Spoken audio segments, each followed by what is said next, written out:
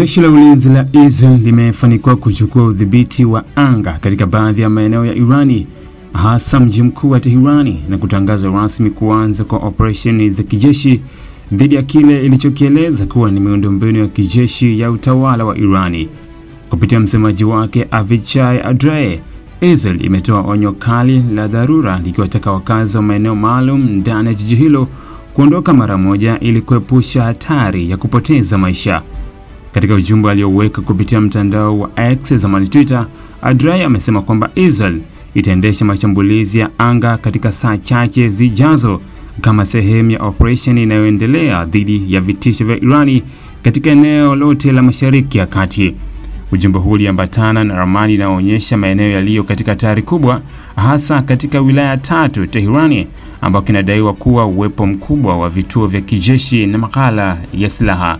Uwepo wako katika eneo hili unahatarisha maisha yako, ilisomeka sehemu ya mwisho onyo hilo, ikisisitiza kuwa hatua hiyo inalenga kulinda usalama wa raia kwa kuwa mashambulizi hayo ni lazima kwa kuzingatia vitisho vinavyoendelea kutoka kwa Irani. Mara baada ya onyo hilo, taarifa kutoka kwa mashuhuda walioko magharibi mwa Tehran wameripoti kusikika kwa milipuko mikubwa.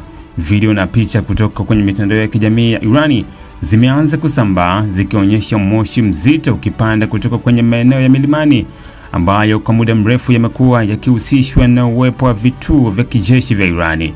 Vyombo vya habari vya ndani vya Irani, vikiwemo shirika la habari la France linalohusishwa na kikosi cha walinzi wa mapinduzi wa Kiislamu, vimeripoti kwa mashambulizi hayo yamelenga kambi ya kijeshi katika magharibi mwa Irani. Aidha, mamlaka za ulinzi wa anga za Irani zimethibitisha kuwa ulinzi wa makombora ya ardhini na anga umeanzishwa rasmi katika maeneo ya tukio, huku milio ya makombora ikisikika kwa muda usiojulikana. Tukio hili linaongeza mvutano mkubwa katika uhusiano baina ya Israel na Irani, ambao tayari umeathiriwa na mashambulizi ya moja kwa moja kwa njia ya vikundi vinavyoungwa mkono na mataifa hayo. Israel imekuwa ikituhumu Irani kwa kuendesha shughuli za kijeshi na kisilaha katika maeneo ya ndani ya nchi hiyo, pamoja na kuyasambaza kwa mawakala wake kama vile Hezbollah nchini Lebanon na makundi mengine ya wanamgambo katika ukanda wa Gaza, Iraq na Syria.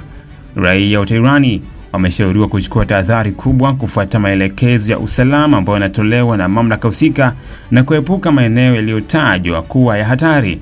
Hali ya taharuki imetanda jijini humo, huku dunia ikiangalia kwa karibu maendeleo ya mgogoro huu unaweza kusababisha vita kubwa vinavyohusisha mataifa yenye nguvu kubwa za kijeshi katika eneo la Mashariki ya Kati. Ili kuwa mwanafamilia bora wa Global TV, usisahau kusubscribe, like, kushare na kucomment. Baada ya kusubscribe, bonyeza alama ya kengele ili kupata taarifa kwa kila video inayopanda Global TV Online.